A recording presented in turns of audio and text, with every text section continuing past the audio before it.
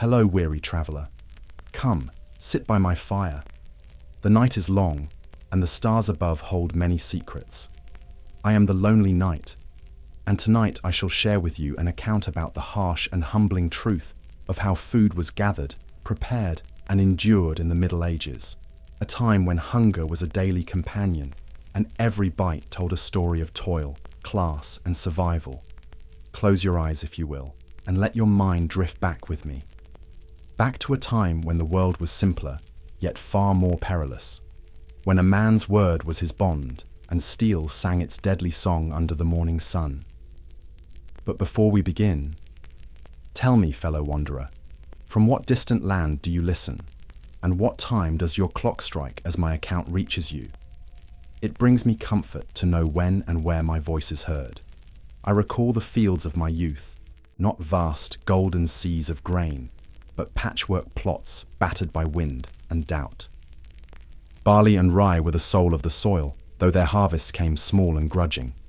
Oats thrived in the cold, stubborn earth, feeding both beast and man when nothing else would grow. Wheat was a distant luxury, coaxed only from the richest grounds or imported at great cost. Rain came too hard or not at all, and a single storm could spell a season's ruin.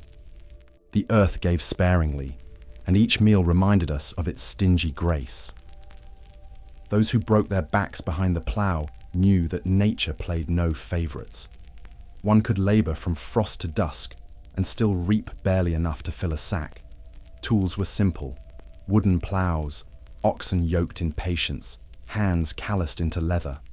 Without rotation or rest, soil grew weary, and even the weeds turned thin. A family's fortune rose and fell with the weather, and prayers for sun or shade were whispered like secrets at every door. Hunger was not an exception. It was the rule, merely postponed by clever hands and borrowed time. When the grain came in, it was greeted not with joy, but urgency. It must be dried before mildew claimed it, ground before rats found it, stored before taxes took their share. I watched my mother's fingers sort husk from kernel with a reverence born of need. Each grain was guarded like gold, each sack a silent promise against the lean days. Granaries were as sacred as chapels, though both could be emptied by a thief, a fire, or a lord's demand. Nothing we grew ever truly belonged to us. In the poorest huts, the oven was no more than a stone-lined hole shared by neighbours, heated with twigs and dung. The better villages had a communal bakehouse, smoky and dim, where loaves waited their turn in the ashes. I remember the smell, not sweet like today's bakeries, but thick with sweat, smoke, and salt. A peasant's bread was life itself, and yet it scratched the throat and chewed like rope. Still, when the crust split open to reveal its coarse heart, we were thankful. It meant another day. Winter pressed hardest on our spirits, when the last of the summer's stores dwindled to crumbs and broken roots. Even the rodents grew thin then, and old folks grew silent. We chewed old crusts softened in broth, licked bowls clean, and told the children that tomorrow might be better. Hunger had many forms, sharp one day, dull the next, but it never left. It lingered like a cold wind in the belly, reminding you that nothing came without cost, not even a meal. There were those who fared better, monks with walled gardens, lords with stocked cellars, but for most, the harvest was a gamble. Droughts, floods, blight, or war, all could take the grain from our mouths. I have seen granaries burned in raids, fields trampled beneath hooves, and sacks seized as tax, while children cried in the dirt. Yet we return to the fields each spring, driven by duty and the need to survive. No knight, no priest, no king could eat without the tiller's toil, and so the hearth became a place not of warmth, but endurance. We gathered not to feast, but to stretch what little we had, turning a single onion into a potful of soup, or grinding stale bread into porridge. The smell of boiling grain meant survival, and we learned to be grateful for monotony. To taste the same food every day was a blessing if it filled the stomach. Hunger sharpened gratitude as well as pain. Even now, as the fire beside me crackles in comfort, I sometimes dream of those early mornings in the fields, of the wet earth clinging to my boots and the ache in my back that promised we might eat. The food was humble, rough, and often unkind, but it was real.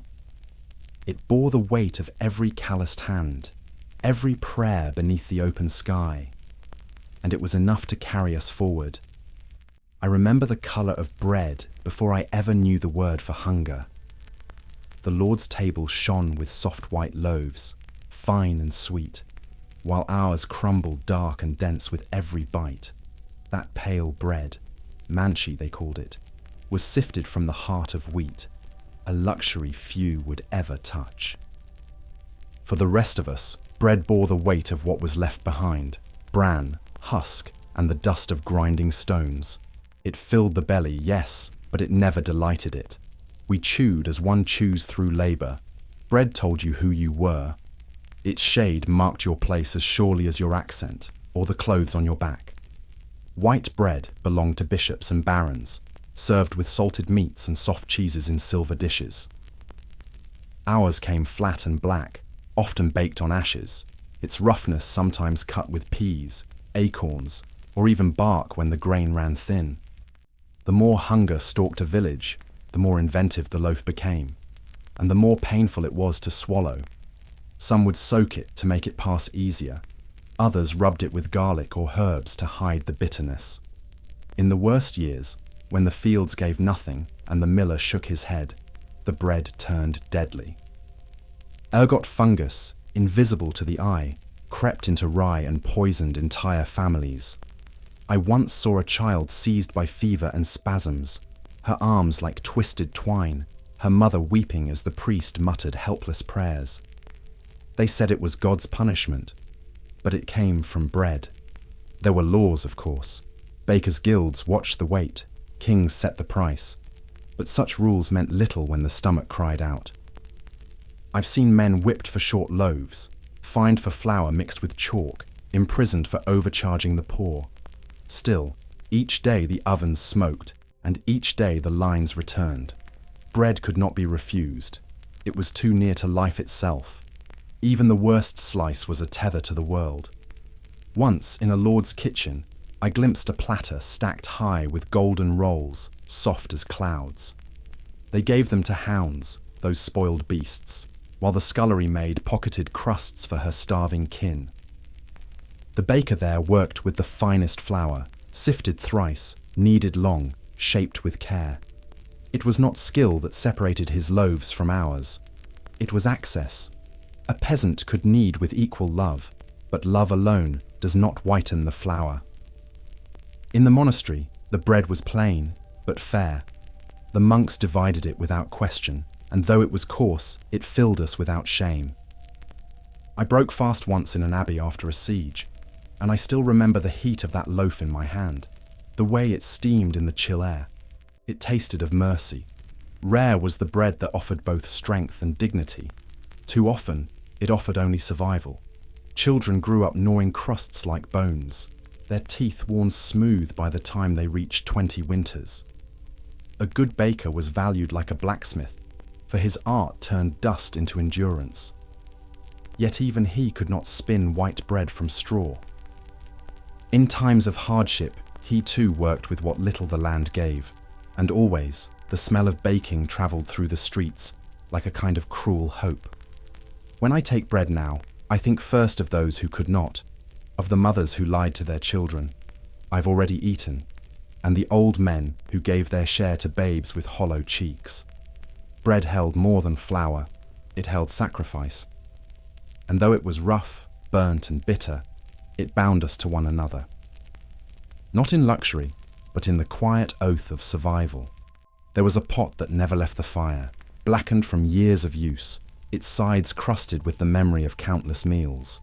Into it went whatever the day allowed, leeks from the garden, oats from the sack, a carrot or two if luck was kind.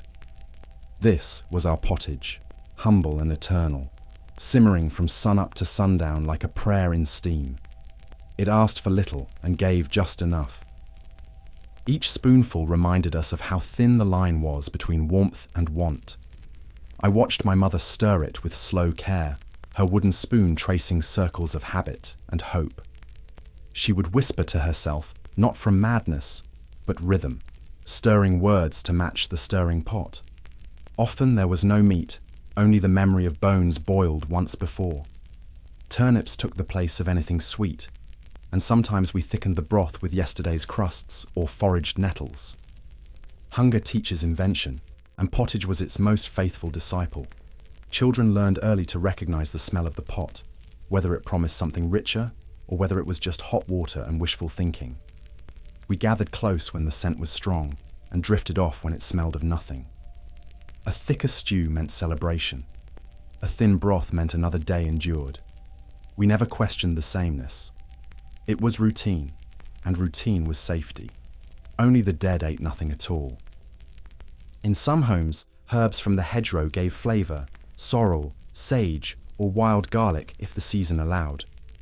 Salt, when we had it, was treasured like coin, used sparingly and with reverence. There were no recipes, only instinct.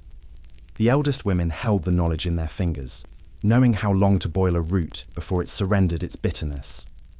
The younger ones watched, memorizing not from books, but from repetition. It was tradition written in steam. What meat did appear came as surprise. A bit of pig's ear, a scrap of old hen, perhaps a squirrel caught by a lucky boy. But even then, the flesh was boiled till soft, its flavour dissolved into the broth, shared so thinly it became a rumour. Only on feast days did the pot glow with colour and richness, and even then, not for all. The nobility dined elsewhere. Their kitchens did not carry the scent of boiled weeds and oats. When I took to the road as a young squire, it was pottage I missed. Not for taste, but for meaning. Wherever you found it, you found the hands that made it, and the quiet endurance of those who stirred the pot not out of joy, but need. In war camps, it was made from whatever was stolen or spared. In monasteries, it was made with fasting in mind. But always, it boiled the same. Slow, steady, and without complaint. Sometimes, the pot would grow sour from sitting too long, or the bottom would scorch, leaving bitterness behind. We ate it anyway. To refuse food was to offend the day's struggle. I've seen pottage stirred with sticks, shared in cracked bowls, eaten cold with fingers when spoons were gone. It was not a dish, it was a way of life. The one thing that greeted every morning and outlasted every storm. Now, as my fire flickers and the night deepens, I remember that scent, the one that clung to woolen tunics and smoky walls. It was never delicious, but it was home. A single pot, endlessly reused, stretching time and ingredients like a hymn. And though I have since tasted the feasts of kings, it is that simple, simmering pottage that still lingers in my bones. Quiet, humble, and unforgotten. Not all hunger is silent. Some speaks through longing. I recall the rare scent of roasting meat, rising like incense through village air, drawing eyes to distant fires we were never invited to. Most days passed without so much as a strip of fat. Flesh was a luxury, not a staple, and the poor made do with broth and bones long boiled to chalk. To eat meat was to feel wealthy, if only for an evening, and such evenings were few. The forests teemed with life, but it belonged to the lords. Their laws were iron. No stag, no boar, no rabbit could be taken without risk. The punishment was harsh, sometimes death, for what they called poaching and we called survival. I knew a man once who trapped a deer in secret. He was found with its hide still warm. They took his hand. We ate in silence that night, tasting more guilt than venison. We turned instead to what we could catch unnoticed. Hedgehogs rolled in clay, squirrels skewered on sticks, the occasional blackbird or thrush. These were not hunted, but gathered, like berries. Their meat was lean, often bitter, but it fed us. I learned early to pull feathers gently, to gut a vole without wasting its tiny liver. Hunger made surgeons of us all. We learned to be grateful for things others would call vermin. Pigs were more common, for they could live off scraps and root through forest soil. But they were not slaughtered lightly. A pig was an investment, a living store of winter calories. When the time came, it was a ritual. Every part used, from snout to tail, nothing wasted. I still see the steam rise from a fresh kill, the blood caught in bowls to make pudding. We gave thanks, not to gods, but to necessity. The church offered rare exceptions. Feast days might bring a gift of mutton or a roast shared in the abbey yard. Monks, though sworn to simplicity, often ate better than the serfs. Their gardens were tended, their fish ponds full, and their larders quiet with abundance. Yet even they rationed meat with care. The rules of fasting were many, and their breach a sin. We fasted not for piety, but because we had little choice. On holy days, the nobility feasted without restraint. I saw once a table groaning under swans and pheasants, peacocks roasted with feathers restored, as if to mock the creature's death. The smell alone made my knees weak, but such feasts were not for the likes of me. Servants scraped bones into troughs for dogs while the poor waited outside, hoping for scraps. Hunger made beggars of us, even in our Sunday best. Salt pork was a treasure, salted so heavily it burned the tongue. It was tucked away for winter, sliced thin, added to stews more for taste than substance. When the meat was gone, the fat remained, melted into broth, rubbed on stale bread, used to fry a rare egg. We cherished every ounce. Nothing was thrown away. Waste was the sin we could not afford. Even now, long past those lean years, I do not waste a morsel. I still hear the crackle of fire beneath a spit, still feel the eyes of children watching for a scrap. To have meat was to be full, to be rich, to be safe for a moment.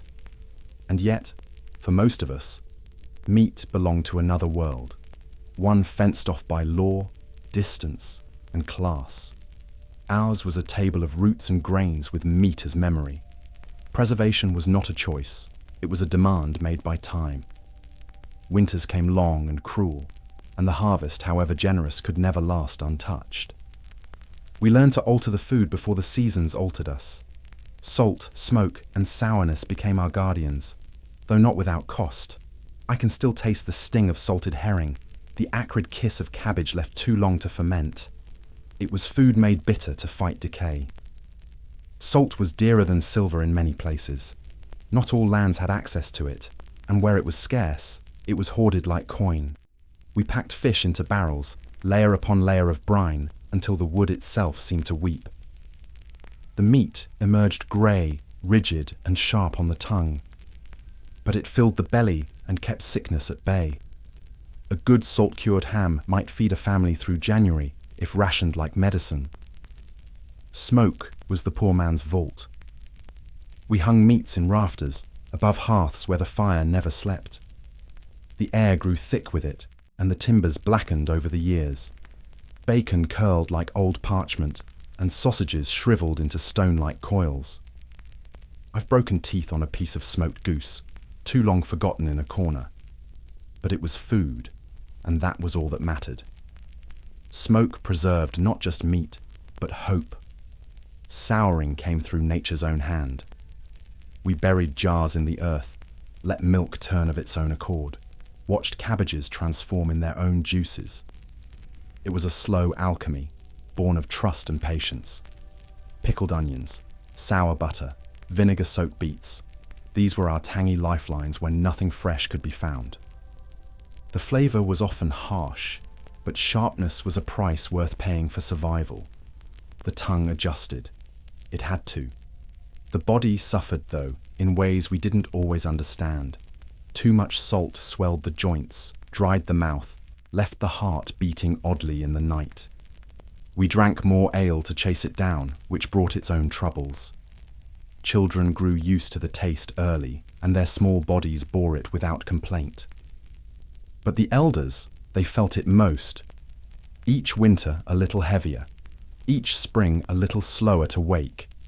In coastal towns, the stink of fish drying on racks filled the air. Gulls cried overhead, rats circled below, and workers turned the slippery bodies with numb fingers. It was labor without glamour, but it kept towns alive. Inland, dried peas and beans were the fallback, but they needed boiling for hours to soften. Firewood, too, was precious. So we chewed when we had to, and sometimes swallowed without chewing at all. No feast could hide the taste of preservation. Even the noble halls bore the mark. Sweet meats cured in honey, dried fruit soaked in wine, sauces layered to mask the sour beneath. Rancid butter might be spiced into something passable, but it always lingered. Even the grandest table could not escape time's touch. Decay was a shadow, and salt its lamp.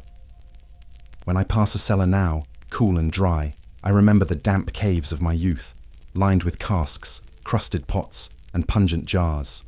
It was not pleasure we stored, but resistance, a fight against emptiness, one bite at a time. And though our meals wore the taste of hardship, they bore us through the storm.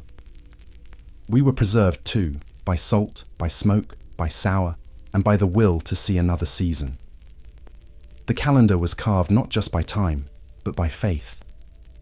The Church, in its wisdom and might, commanded that we abstain from meat on Fridays, on holy vigils, and during Lent, and so many other days that flesh felt like a fleeting memory. Fish, they said, was a gift of humility, but to us it was obligation wrapped in scales, and often it was unpleasant. The sea offered bounty, yes, but not without cost. For those near the coast, fresh fish could be had with some effort. A net cast at dawn, a line dipped in patience. But for most, fish arrived dried, salted, or smoked beyond recognition. Stockfish, hard as oak, required hammers just to break it apart. I have seen my mother beat it against the hearthstone, then boil it until the house smelled of ocean rot. We ate it with thanks, but not delight. There was little else. Eel was common in marshy lands, a slippery creature trapped in woven baskets and smoked whole.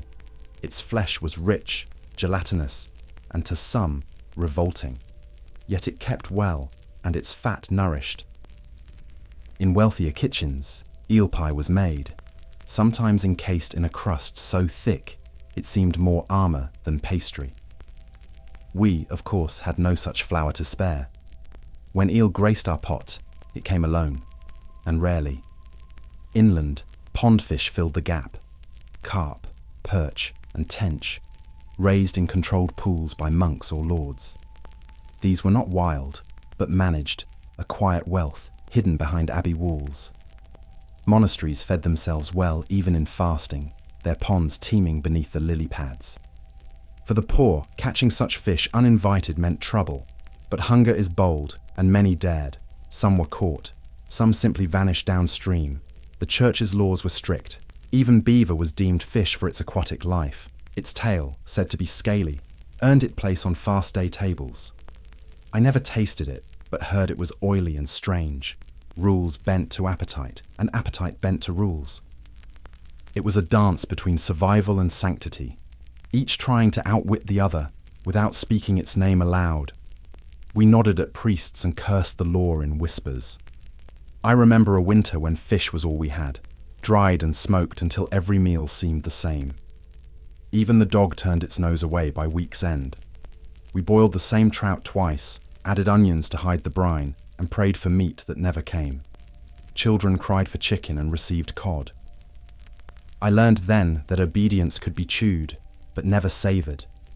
In towns, vendors hawked their fish with shouts and bravado, barrels of herring, trays of anchovies, eels squirming in buckets of mud. The smell clung to alleys and coats, marking the market as surely as a bell. Deals were struck quickly, before the sun soured the flesh. Salt was offered as apology, the rest was luck. One could feed a family or poison it, depending on the catch. Now, as I listen to the fire pop and crackle, I recall those fish days not with fondness, but with understanding. They taught us patience, discipline, and how to make do. They tested our faith, not just in God, but in food itself. And though their taste faded from the tongue, their lesson held fast. We ate not to rejoice, but to endure. And that too was a kind of worship. Once, in the hall of a foreign lord, I smelled saffron for the first time, its golden hue drifting like sunlight through steam. It was not food, but enchantment. I watched as nobles dipped white bread into broths tinged with cinnamon, pepper, and clove. Their meals danced with colour and scent, while ours remained grey and plain. The contrast struck deep, not out of envy, but disbelief. Such flavours were like dreams, talked of, rarely touched. Spices came from lands so distant they might as well have been heaven or hell. Caravans crossed deserts, ships braved storms, all to bring powder in little sacks no bigger than a child's fist. Pepper was weighed like treasure, its price higher than a farmer's whole harvest. Nutmeg, I heard, could buy a cow. These things belonged to the rich, or to monasteries with patrons. To the rest of us, they were stories wrapped in scent. We flavoured what we could with herbs from the hedgerow, parsley, sage, maybe mustard seed if the market was kind. Garlic grew easily, and onions too, though their sharpness was no replacement for the warmth of distant spices. On feast days, a neighbour might have access to mace or ginger, and the whole street would pause to breathe it in. But mostly, our mouths forgot what pleasure was. We learned to eat for need, not delight. Spices became symbols of power. They marked rank more clearly than robes or rings. A lord who served spiced wine declared his wealth without saying a word. Even spoiled meat, soaked in vinegar and masked with cumin, could pass for delicacy when perfume replaced freshness. I remember a feast where pheasant smelled of roses and cloves, yet beneath its skin it was nearly green. The nobles praised it. We servants knew better. In towns, the apothecaries held jars behind glass, saffron threads like fire, crushed pepper, dried cardamom. They were sold in pinches, measured as carefully as poison. Some were used in medicine, others in sauces, but always with restraint. To use too much was wasteful. To use any at all was a privilege. The scent alone could lift a kitchen beyond its means. But that lift was brief. Then came the broth again. A few monks cultivated saffron in guarded beds, coaxing it from crocus flowers under threat of theft. I once spoke with one, his fingers stained gold from harvest. He said the flower bloomed only briefly, and each thread was drawn by hand. No wonder it cost so dearly. Its magic lay not only in flavour, but in labour. In each petal's fleeting life was a story of patience and precision, things peasants knew well, yet rarely reaped. The spice trade fed kings and merchants, not mouths. It shaped wars, mapped oceans, and built empires on the tongues of the few. And all the while, we stirred our pots with wooden spoons, dreaming of flavour we would never truly taste. Some mocked the rich for their excess, but I understood it. In a world so hard, even illusion had value. A spiced dish was not just food, it was proof that joy could exist. Even now, when I catch the faintest scent of cinnamon, I pause. It is not sweetness I remember, but distance, the great gulf between their table and ours. And in that space lived longing, quiet and persistent. Yet we did not grow bitter. We seasoned with what we had, and let the rest drift upward like smoke. Some spices were never meant for our bowls, but they coloured our dreams all the same.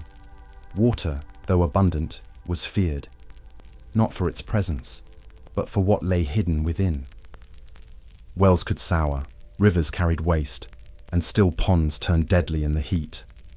So we drank what had been boiled, strained, and transformed into ale, into mead, into something safer than it began. Even children sipped from mugs not because of custom, but caution. Our thirst was never quenched with water alone. Small beer, weak in spirit but strong in purpose, flowed daily through humble homes. Brewed in haste, consumed with routine, it gave just enough strength without clouding the mind. Women brewed it in iron pots, barley steeped and boiled, left to settle with yeast in casks made dark by time. I remember the smell, sweet, earthy, slightly sour, and the fizz that sometimes tickled the lip if the batch had fared well. When it didn't, we drank it still. Not every brew was equal. A noble's ale was rich and clean, stored in cool cellars, flavoured with herbs or fruit. Ours came cloudy, sometimes thick, and on unlucky days, foul. I've known men who drank spoiled beer and lay fevered for days, mouths parched from the very thing meant to hydrate. But we had no glass to see its clarity, no tools to test its safety. We trusted taste and time and hope. Mead was rarer, made from honey when it could be spared. It shimmered gold in the jug and warmed the chest in winter. Monasteries kept bees not only for wax, but for this drink, which they reserved for guests, saints' days, and special rites. I had it once in my youth, on the feast of St. Michael. It was like drinking summer through a veil, floral, smooth, and slow. I never tasted its like again. To brew was to risk. A batch might fail, turn sour, explode its cask, or grow mould no one wished to name. The yeast, alive and mysterious, answered to no master. Some called it God's invisible servant. Others blamed witches when the barrel foamed wrong. Either way, a spoiled brew meant more than waste. It meant thirst returned and coins lost. Even our beverages bowed to nature's moods.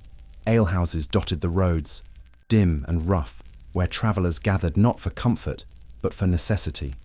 A penny bought a mug, sometimes a meal, and the right to sit among strangers in wary peace. The talk was low, the fires small, but the beer, when good, brought quiet to weary bones. I've warmed my hands over those flames, listened to the creak of beams and the soft slosh of mugs, grateful for their shelter.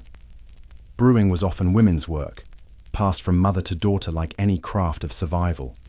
They knew the signs, the measures, the way to listen for bubbles or judge a barrel by knock and scent. When times were lean, a skilled brewer could save a village. When times were good, she might even earn coin enough to trade. But her success walked a narrow line, flanked by rot on one side and ruin on the other. Now, by this fire, I think not of fine wine or strong spirits, but of the cloudy cup passed from hand to hand in silence. It was never about taste. It was about safety. In a world of sickness and soil, the ale gave us a pause, a breath between burdens. And in that pause, we found something close to comfort. Not joy, perhaps, but rest. And that was enough.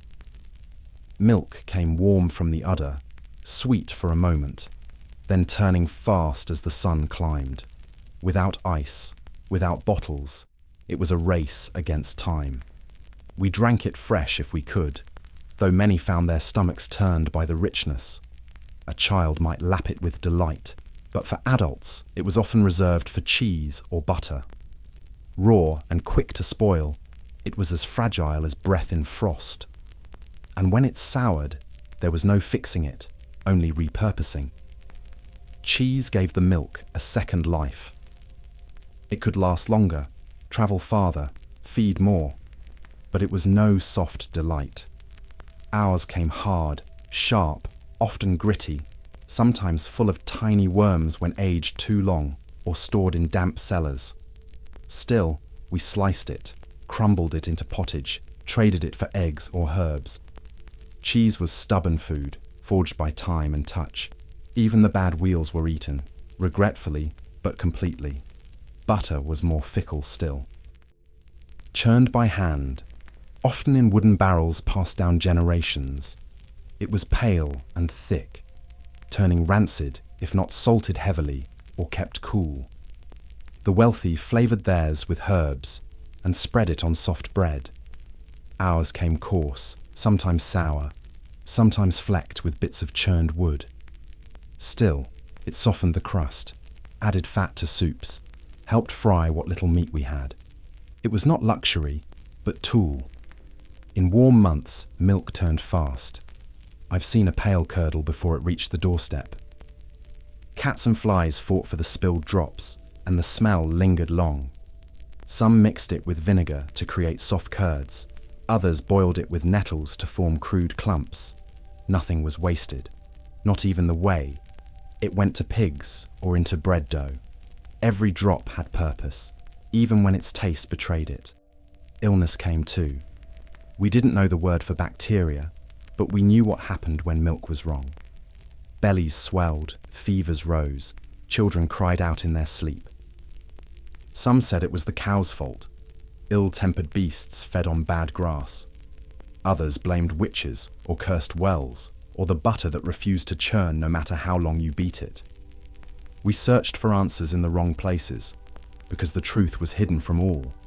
The richer folk kept better animals, fat, clean, and carefully bred. Their milk tasted sweet longer, and their dairies were shaded and stone-built.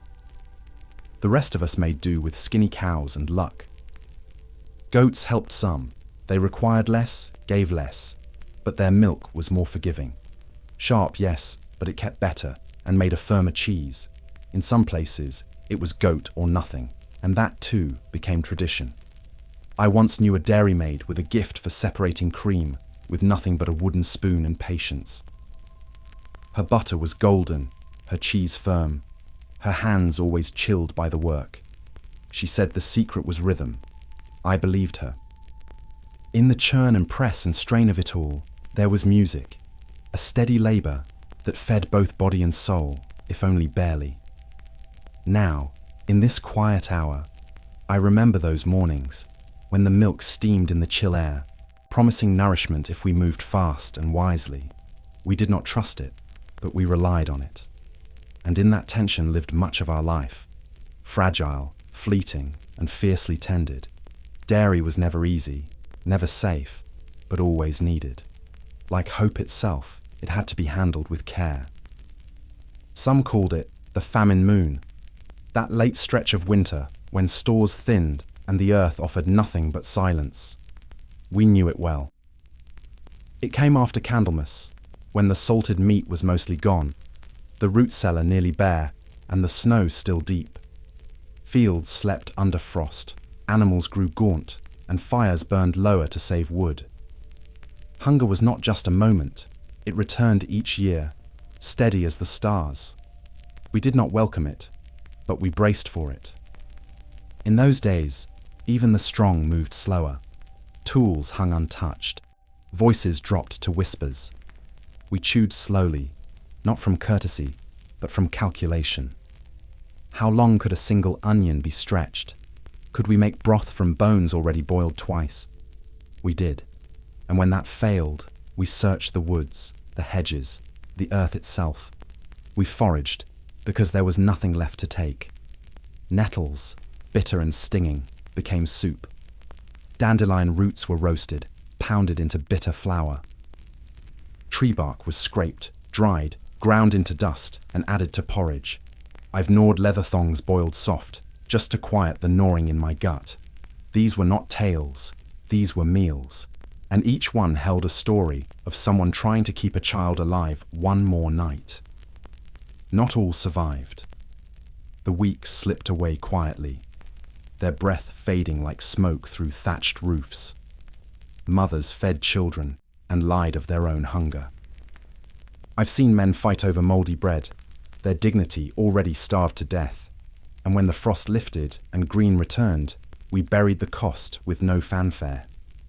Hunger was not an enemy, it was a season, and it took what it would. The animals too suffered. Chickens laid fewer eggs. Pigs grew thin, their ribs sharp beneath dirty skin.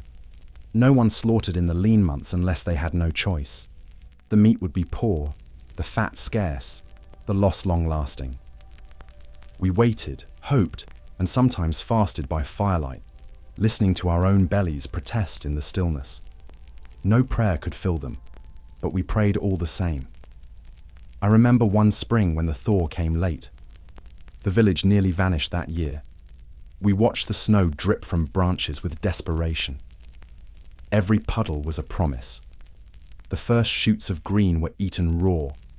Joy came not with song, but with silence, when no one spoke of hunger for a full day. That was how we knew we'd made it. Not by feasting, but by surviving. Feast days still came, but they rang hollow in such times. The church spoke of fasting as virtue, but we knew the difference between chosen hunger and forced. When a man fasts with full cellars, he still sleeps well. When a child fasts with nothing but tears, the heavens feel further away. And yet, through all that, we kept going. One step, one spoon, one winter at a time. Now, beneath these stars, the cold brushes my bones and I remember that season, not with bitterness, but with respect. It humbled us, shaped us, taught us the quiet strength of making do. Hunger carved deep lines into our faces, but it could not take our will. And when spring came, we rose. We always did. That was our answer. Not resistance, endurance. The lean months were hard enough, but when the sky turned against us completely, the earth followed suit.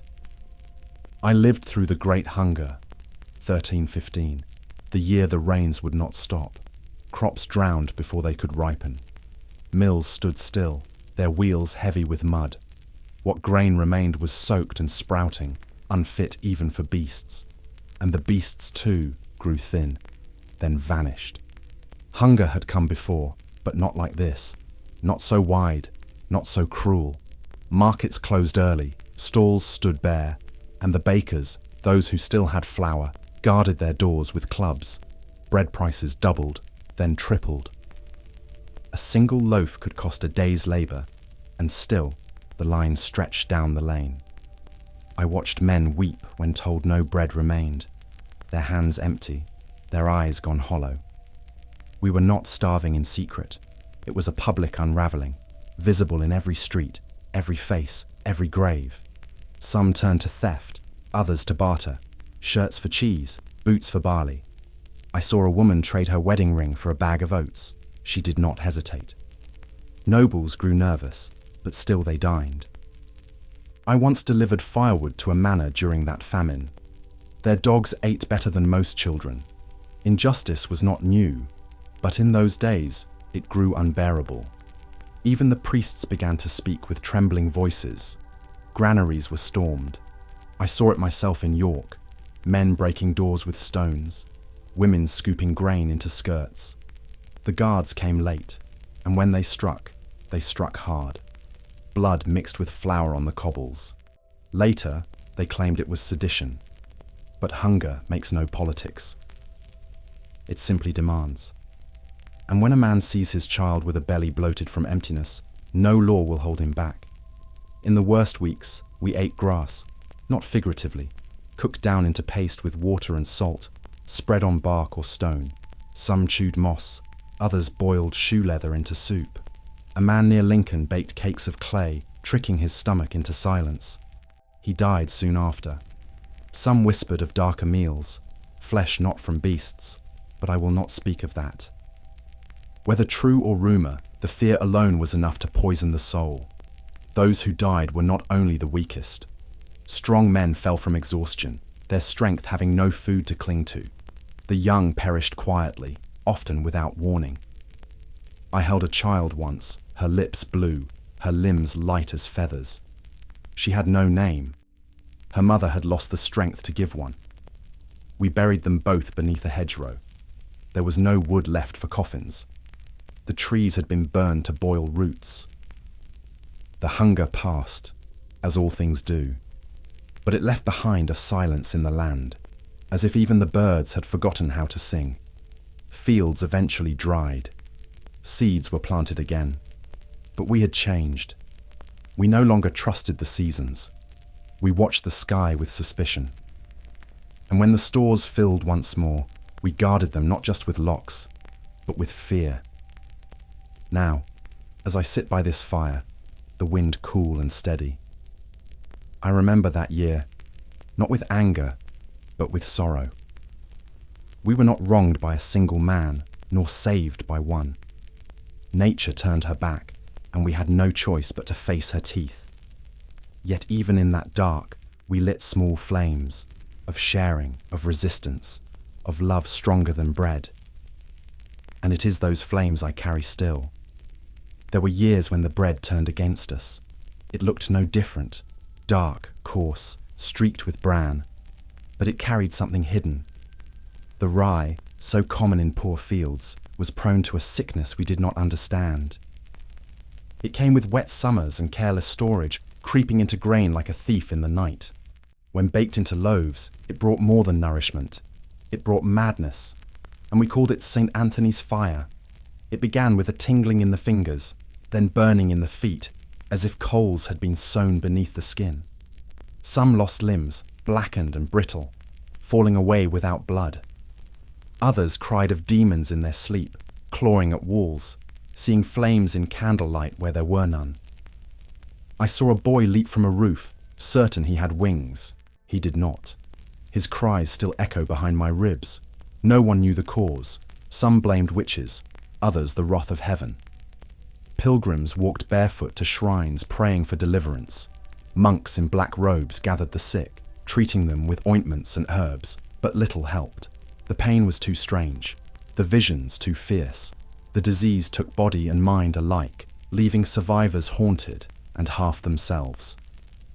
And those who did not survive often left behind children too small to understand why bread could be cursed. The worst outbreaks struck clustered villages, where everyone ate from the same sacks, ground their grain in the same mills. The illness spread not like plague, but like hunger. Slow, inescapable, intimate.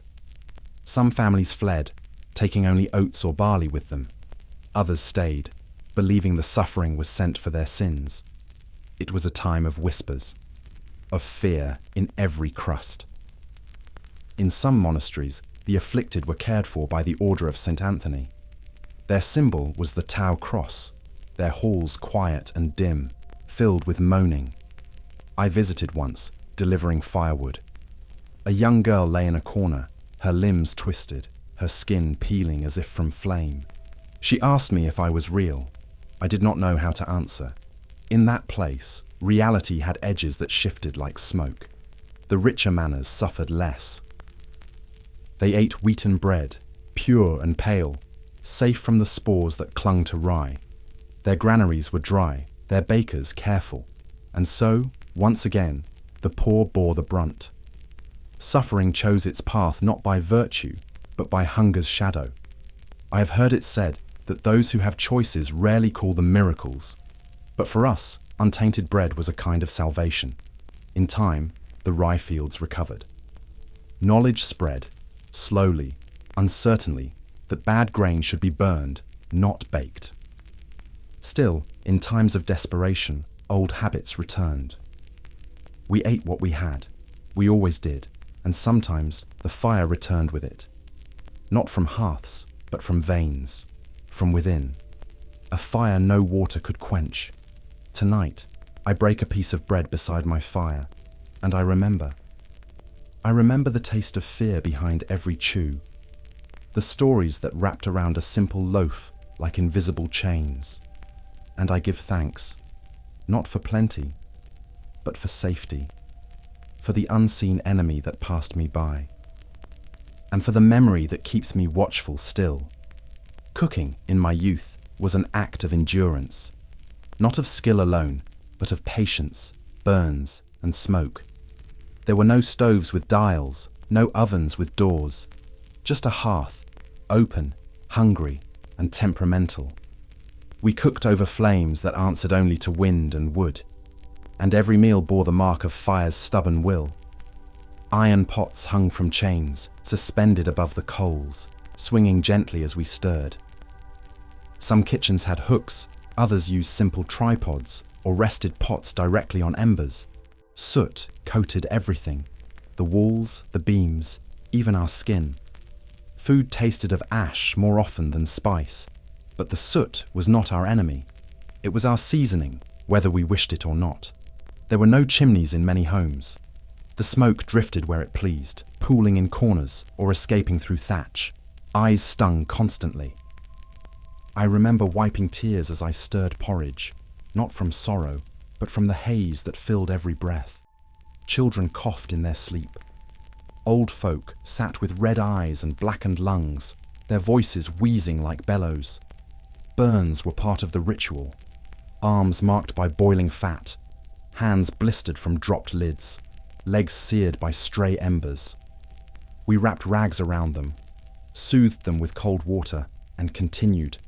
There was no pausing the pot. The fire demanded constant attention, fed, fanned, and watched like a restless child. It gave warmth, yes, but never gently. Bread was baked in earth ovens or on hot stones beneath upturned pots. Timing was guessed, never known. If the loaf burned, it was still eaten. If it stayed raw inside, it was scraped out and recooked, if fuel allowed. Nothing was wasted, not even failure. We learned to trust our senses: smell, touch, sound. There were no clocks, only instinct. Knives were often dull, shared among many hands. Cutting was slow, laborious, sometimes dangerous. A slip could mean a festering wound. Graters were rough stones, mortars made from hollowed logs. We ground, we pounded, we shredded with tools passed down through generations, worn smooth by repetition. The work left its trace not just in the food, but in the body.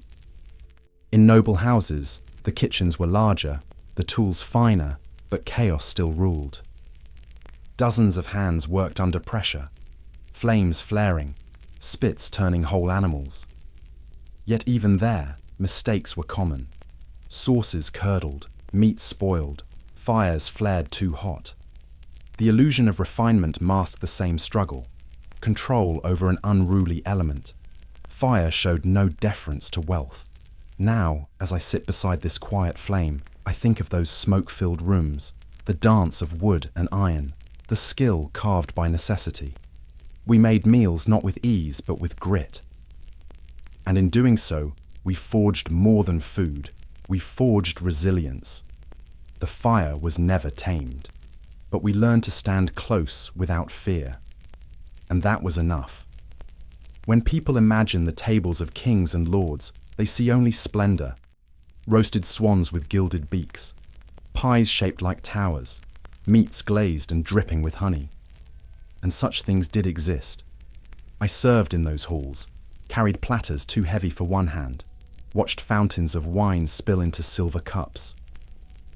But behind the spectacle, another truth simmered. The illusion of plenty hid rot, waste, and a war against nature's limits. The kitchens were chaos, vast, steaming rooms filled with shouting, sweat, and smoke. Meat hung from hooks, sometimes green at the edges. Flour arrived with weevils already burrowed in. The servants scraped the worst away, masked floors with spice, and prayed the guests wouldn't notice. Spoilage was expected. They cooked quickly, seasoned heavily, and trusted ceremony to disguise taste. Dishes were judged by appearance, not purity. Grease pooled everywhere. Fat dripped from ceilings where hams were stored too long. Rats thrived beneath the boards, bold enough to scurry across feet. I once saw a peacock served whole, feathers reattached with wax, its flesh cold and stiff beneath the display. The nobleman carved it with pride, never tasting a bite. It was theatre, nothing more. The meal fed egos more than bellies. Food was never scarce for them, but it was often foul. The more they had, the less they seemed to care for quality. Leftovers piled high, scraped into troughs, or discarded for pigs. I've eaten from those scraps. Others have too. We knew to pick from the top, where the sauce was freshest, and to avoid anything soaked through with grease. Hunger silences, hesitation. Even the wine turned sour if left too long uncorked. But they drank it still, masking the flavour with honey and spices. Ale was fetched from distant cellars where mould clung to casks. Fruit, imported and bruised from travel, arrived wrapped in silk, more symbol than sustenance. Oranges, figs, dates, rare and costly, but often mealy or overripe by the time they touched the table. Yet their presence meant power. There was beauty, yes, candlelight dancing on silver, the low hum of harp strings, women in silks laughing behind jeweled goblets. But beneath it, a heavy hand of excess pressed down on every plate. Servants moved like shadows, silent and swift, hiding flaws, replacing platters, cleaning spills before they reached noble eyes. I was one of them once. I learned the rhythm of deception. No one questioned the cost. Peasants starved not a league away, yet the kitchens burned through food like kindling. A boar could feed a village for a week, yet it was carved here in hours, half of it untouched. The nobles did not notice. They dined on the illusion of abundance, not the food itself. Their appetites were shaped by appearance, not hunger. Now, far from those halls, I remember their warmth, their gold, their music, but not their meals. The bread I earned with calloused hands, the soup I stirred for family, tasted better. Riches may fill a table, but they do not nourish. And when the feast ends and the candles burn low, only truth remains. The belly knows what vanity cannot satisfy. In many places, it was not the land that decided what a man could eat, but the law. I remember the parchments nailed to church doors, the murmurs in the market, the punishments handed down for eating above one's station. Sumptuary laws, they called them, rules that dictated the food on your plate, the cloth on your back, the coins in your pocket. A yeoman could not serve venison. A merchant dared not drink spiced wine on a weekday. These were not customs, they were commands. The laws served one purpose, to protect the order of things. Nobles feared that if the common man tasted too well, he might forget his place. So they dressed their restrictions in the language of morality, of piety, of discipline. But we saw through it. We knew it was fear, not virtue, that shaped their decrees. And still, we obeyed, or pretended to. Hunger teaches the art of pretense. Banquets were full of pageantry, but the aftermath told a different story. Trencher bread, thick slabs used as plates, absorbed the oils, sauces, and juices of the feast. When the nobles finished, these sodden breads were tossed aside, sometimes to dogs, sometimes to servants, and on rare occasions, to the poor. I've eaten from such trenchers, scraping the rich fat with a sliver of turnip. It was not shameful, it was survival. Servants moved through the hall after the guests had gone, gathering what was left. Cold fowl, broken pies, half-drunk goblets. Nothing was wasted if one knew how to find it. We wrapped bits in cloth, tucked them beneath aprons, shared among kin. Some kitchens turned scraps into stew for the next day's staff. Others locked away the remains, fearing theft from the very hands that had served them. Trust was not mutual. There were times when priests chided us for our envy. They called it gluttony to desire more than broth and barley. But I've seen those same priests dine in noble houses, their bellies full, their fingers sticky with honeyed lamb. They spoke of moderation while sipping from silver. Their sermons rang hollow in ears that had known true want. Markets bore the weight of these laws as well. Vendors could be fined for selling spices to peasants or for offering too much meat in one transaction. The guilds watched with hawk eyes, not to protect the people, but to preserve hierarchy. A man could be punished not for stealing food, but for buying it improperly. Such was the balance of power, hidden beneath the cloak of order. Even in the monasteries, where charity was a virtue, divisions remained. The poor received thin broth and hard bread, while guests of rank enjoyed full tables and wine. I once watched a monk hand a bowl to a widow with trembling hands, only to serve roast capon to a noble an hour later. The church spoke of equality in spirit, but the belly knew no doctrine. As I sit here with only the fire's glow for company, I think of those laws, written by the full, enforced on the hungry. They feared that food might grant us dignity, might blur the lines they worked so hard to draw. But we knew better. We found dignity in the crust, in the scrap, in the shared glance across an empty table, and in that, no law could reach us. Within stone walls where silence ruled and bells marked the hours, I found both simplicity and abundance. The monks lived by vows of poverty, yet their tables often reflected quiet privilege. Their lands were vast, their fish ponds well stocked, and their gardens fragrant with herbs. Meals were plain by noble standards, but rich compared to the fare of any village nearby. Lentils, cheese, dried fruit, these were not indulgences to them, but routine. A different world, behind cloistered doors. I stayed once at an abbey during a long journey, offered shelter as a weary traveller. The brothers welcomed me with nods and bread, and a bowl of thick stew that warmed me more than the fire. They spoke little, but their food spoke for them. Their table bore no meat as their rule forbade it, yet it overflowed with fish, buttered roots, and honeyed biscuits.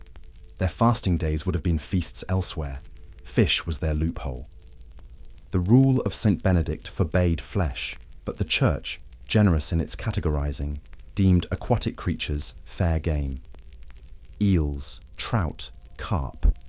These were raised with care, harvested with calm precision.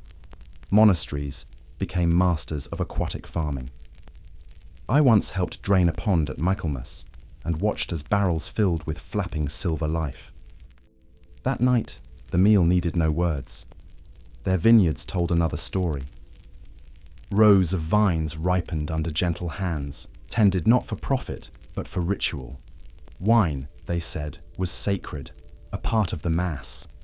But it flowed freely at supper too. I've seen monks red-cheeked with drink, voices low, but eyes bright.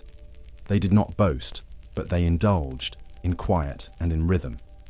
The outside world imagined them austere. We who knew better understood the balance they walked. Their gardens were their crown.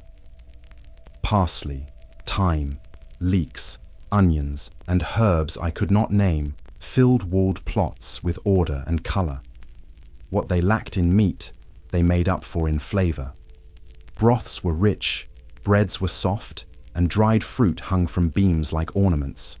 There was wisdom in their cooking, intentional, slow, guided by both faith and knowledge. Meals were not rushed, they were part of prayer, and yet contradictions lingered. While nearby villages boiled weeds and scraped pots, the abbey served fresh fish on pewter plates. The monks prayed for the poor, but rarely saw them. Their gates remained closed to most, opened only by charity or circumstance. I do not judge them harshly. Their life was shaped by different oaths. But I remember the smell of roasted chestnuts behind their walls, while smoke from empty hearths rose in the distance. Not all monks lived in comfort. The smallest priories, the remote hermitages, they bore their poverty truly. I visited one near the coast, where the brothers lived on seaweed and oats, their robes mended beyond recognition. They ate less, spoke more softly, and gave more freely. There, holiness tasted of salt and ash. I believed their hunger, and it moved me. Tonight, beneath stars that shine on abbey and field alike, I think of those quiet halls, of the bowls passed in silence, of the contradictions that fed both body and soul. Monks lived between two worlds, one of sacrifice, one of sustenance, and in that tension, they found peace, or something close to it. Perhaps that is all any of us can hope for. The village square was no banquet hall, but it had its own rhythm, its own flavour. On market days, the air turned thick with smoke, spice, and sweat. Vendors called out with cracked voices, hawking pies of dubious filling, stews that simmered in dented pots, and roasted morsels skewered on twigs. Coins clinked, children darted, dogs barked beneath tables. It was chaos, but it was life. And for a few brief hours, hunger could be bargained with. I remember a woman who sold hot chestnuts in winter, her cart wrapped in rags to keep in the heat. They burned your fingers and soothed your bones. Nearby, a man turned a spit over coals, roasting something that looked like chicken but smelled of the woods. Hedgehog, perhaps, or something smaller. No one asked. You paid for warmth, not honesty. And no one expected more than that. Pies were the favorite, portable, filling, and suspicious. Some were packed with pork fat, others with mashed beans, and a lucky few held bits of rabbit or fish. The crust was often tougher than the meat, browned with soot, eaten last or not at all. Still, they sold fast. A pie could feed two, or one if the stomach roared loud enough. I once ate one that tasted of cinnamon and ash. It wasn't bad. The poorest stalls offered soups, thick, grey, ladled from vats that never emptied fully. They bubbled day and night, ingredients changing with the mood of the cook or the scarcity of the day. A copper coin bought a bowl. A silver got you a hunk of bread to dip in. Some added herbs. Others didn't bother. But when the wind cut through the streets, even the blandest broth was a gift. Street sellers came and went, some travelling from town to town, others rooted to a single cobblestone. They brought strange things too: pickled eggs, spiced nuts, candied roots. Luxuries in their way.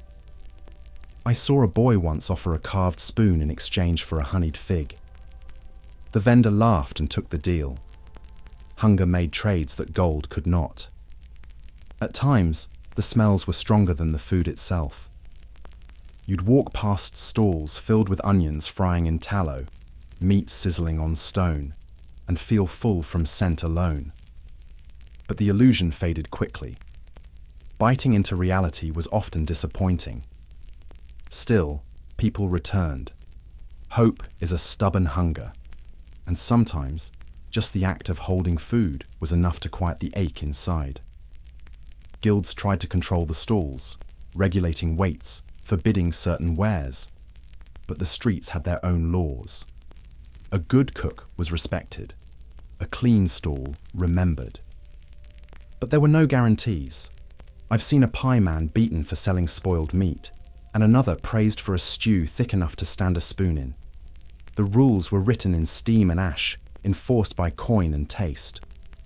As the fire before me flickers low, I picture those busy squares, filled with smoke and chatter, with struggle and laughter. The market was never fair, never fine, but it was alive. And sometimes, amid the noise and grime, you found a bite that stayed with you longer than any noble feast.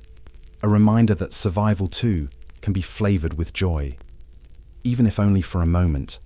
I've eaten from bowls that carried more than just food, bowls lined with memory, with time, and with quiet danger.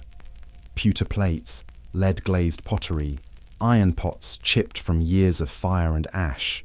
They served us well, until they didn't. The taste of metal clung to many meals, sharp and sour, seeping into stews, turning milk bitter, darkening wine. We did not know the word for poison, but we knew something was wrong. In damp cellars and timbered kitchens, mould bloomed like moss, on bread, on cheese, on walls. We scraped it off when we could, pretended it hadn't been there. But sometimes it returned in the gut, a sickness without a name. I watched a man cough black for days after eating dried fruit turned soft in the damp. No one blamed the plum. We blamed the season, the air, the mood of God. Cookware was handed down, patched with wire, blackened with soot, sometimes cracked but still in use. A good pot was as dear as a cow. We kept them long past their prime. Some released flakes of rust that flecked our pottage red. Others leached unseen into broth, leaving a strange weight on the tongue. We said it added strength. Perhaps it did. Or perhaps it simply wore us down more slowly. In towns, the finer folk ate from pewter goblets, unaware that the metal itself was a silent thief. Children grew pale, their teeth rotted early, their minds clouded. We called it bad humours or cursed blood. But it was the cup, not the curse, that brought the fog. I served once in a manor where the water turned black in a polished tankard. They still drank it. So did I. Mills ground grain with stones that sometimes broke. Chips found their way into flour. Bread came gritty, rough on the teeth. We cracked molars on the remnants of the miller's wheel, spat blood, and ate the rest. There was no sending it back. A bad loaf was still a loaf, and hunger does not count its teeth when bread is scarce. Mold wasn't always avoided. Blue veins in cheese were prized by some, feared by others. I remember my uncle holding a round to the light, sniffing it like a priest might incense. He claimed it cured coughs, cleared the mind.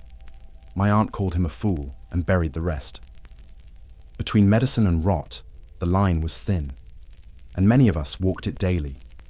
Wooden utensils held their own stories, splinters from hurried carving, oil-darkened handles from years of broth and fire. When they cracked, we wrapped them in twine.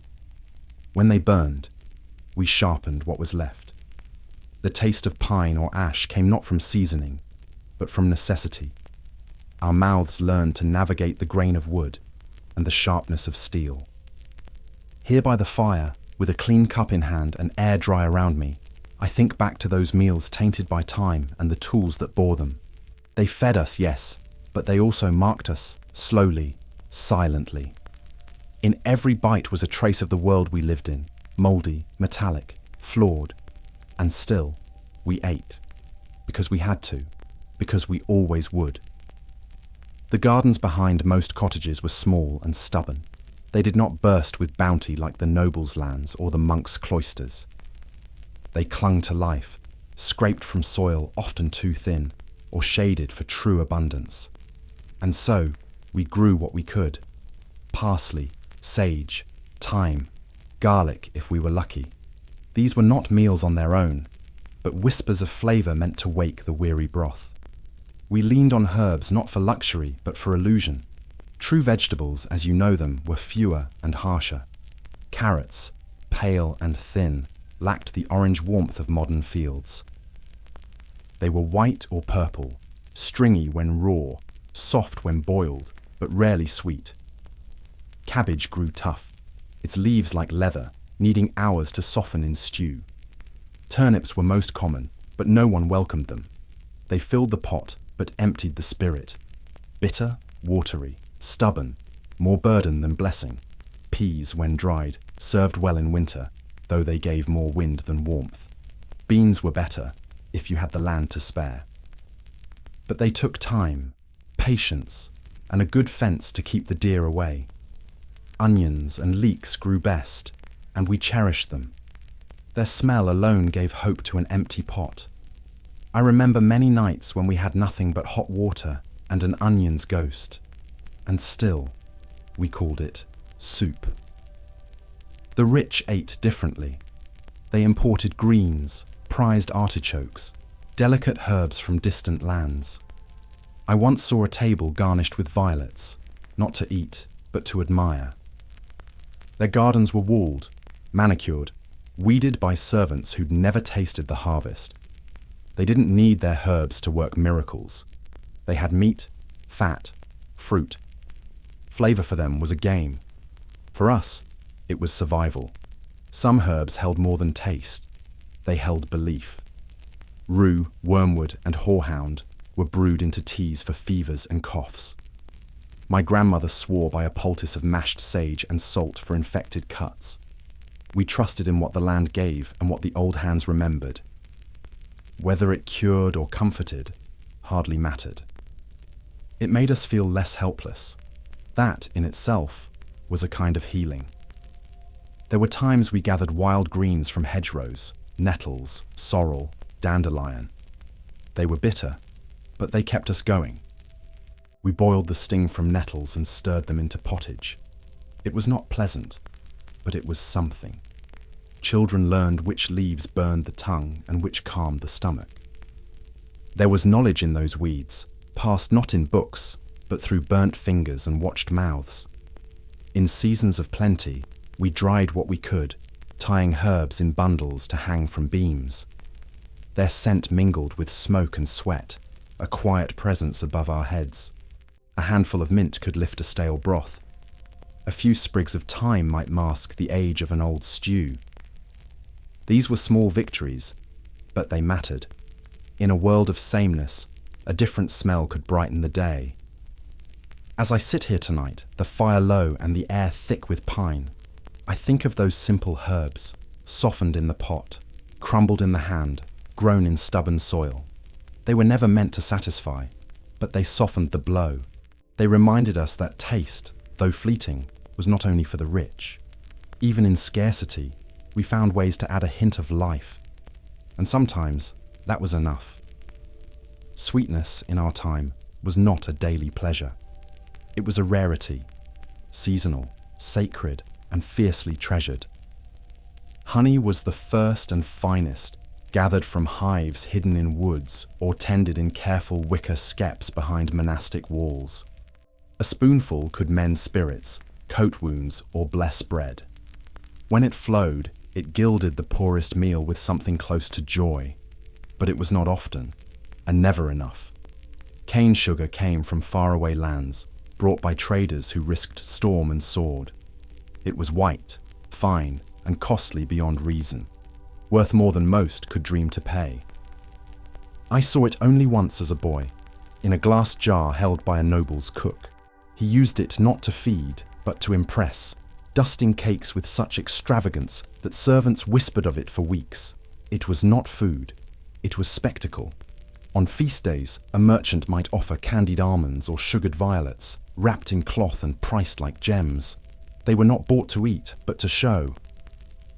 Even in church, the aroma of honeyed wine, hippocras they called it, lingered at high tables while the rest of us drank sour beer. Sweetness belonged to the upper world, where every mouthful declared victory over bitterness. Those of us outside that circle found sweetness in apples dried above the hearth, pears boiled to mush, or berries stirred into barley mush.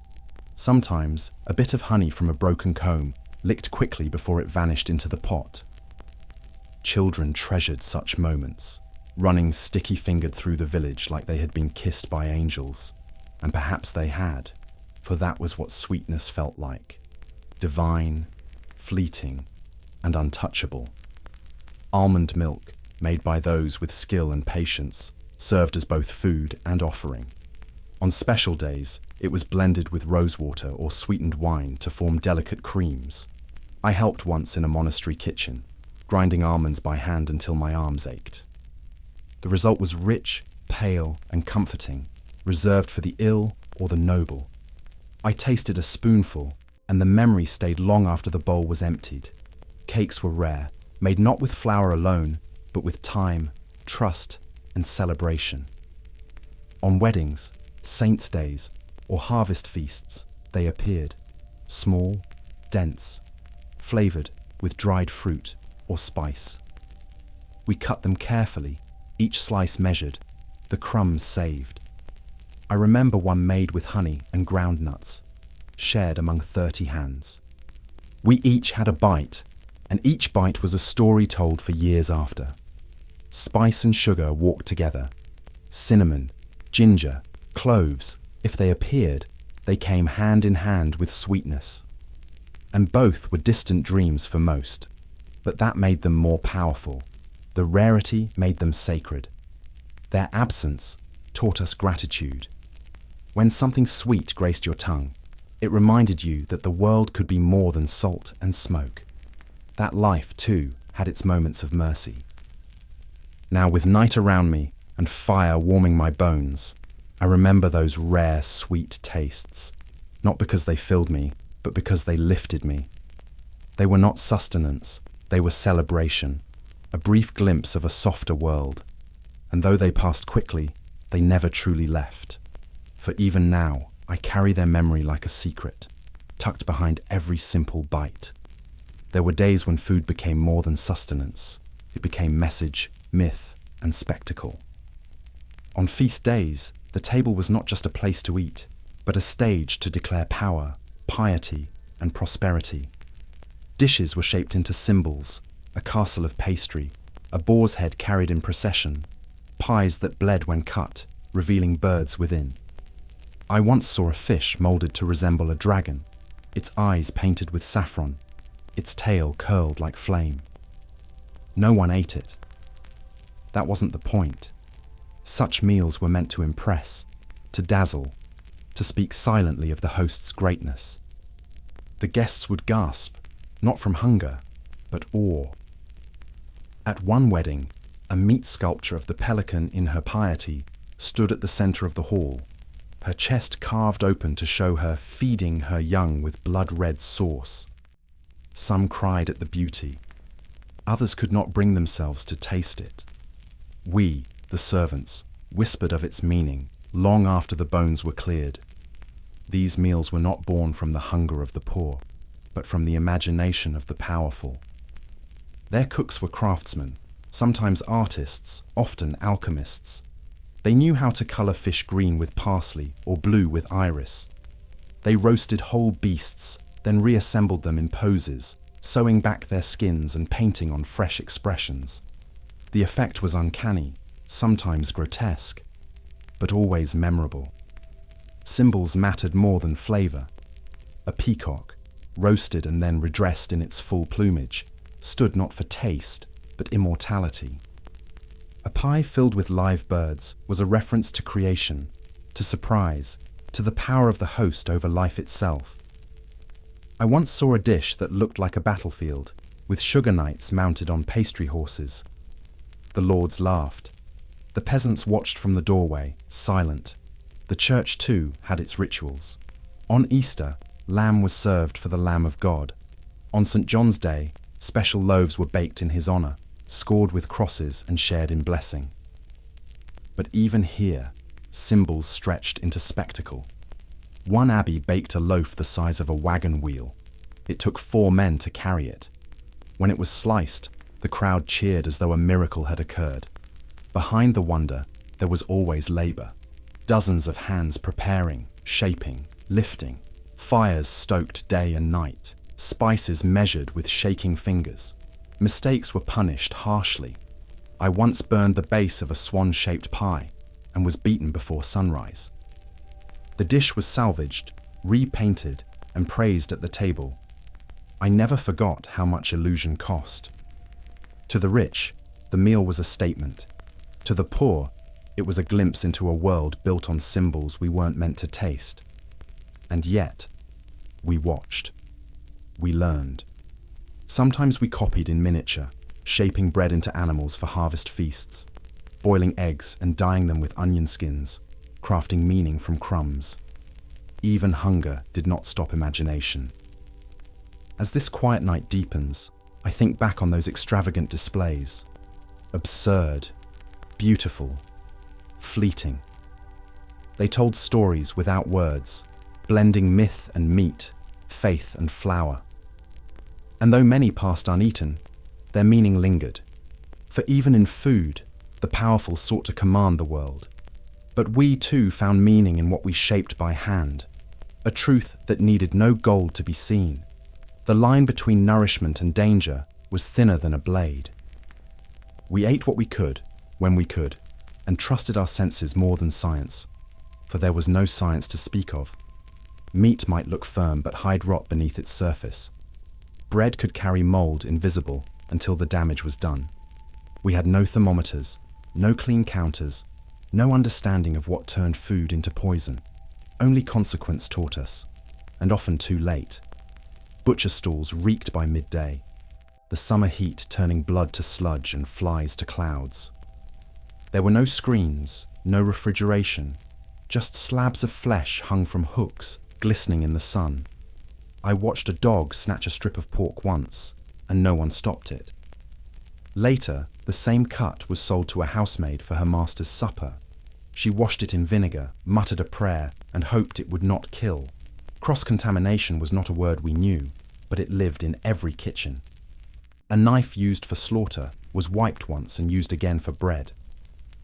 Rags soaked in dishwater cleaned everything from spilled broth to chamber pot splashes. Water buckets stood beside livestock troughs. When sickness came, we blamed spirits or stars. Rarely did we look at the ladle in our hand. The truth was too close to bear. Cheese spoiled fast, its rind softening into slime before the inside turned. We tasted to test, trusting our tongues as the final judge. Some molds were safe, others deadly. We didn't know which. And still, we ate. Eggs floated in water to reveal their age. but even that failed at times. I cracked one once and saw a blackened yolk. My mother said, "It's not the worst you've swallowed." She was right. Meat was sometimes improved by scraping away decay, rubbing on salt or spices to hide the smell. A good cook knew how to mask the scent of old flesh with onions or garlic. Nobles rarely noticed. Their sauces were thick, their palates dulled by excess. Servants noticed. We always did. But hunger made us complicit. To serve danger with a garnish was still better than serving nothing. Grain went bad too. Mice droppings, insect eggs, or dampness that turned sacks into nests of sickness. We sifted what we could, blew out the dust, ground it fine, and hoped the fire would kill whatever clung within. It didn't always. I once saw a whole family stricken after a feast of porridge. They thought they'd overeaten. We later found the flour crawling when the bag was unrolled. Public feasts were worst. Meat stewed in giant vats, stirred with wooden paddles used last harvest. Bowls rinsed in cold water, reused for hundreds of mouths. Food cooled too long, then reheated. Or not reheated at all, and no one dared complain. If you fell ill, it was fate. If you survived, you thanked God and moved on. Complaints earned only suspicion or scorn. Now, with clean air in my lungs and the fire crackling steady, I recall those meals with a strange gratitude. We lived on the edge of spoilage, guided by instinct and luck, and somehow many of us endured.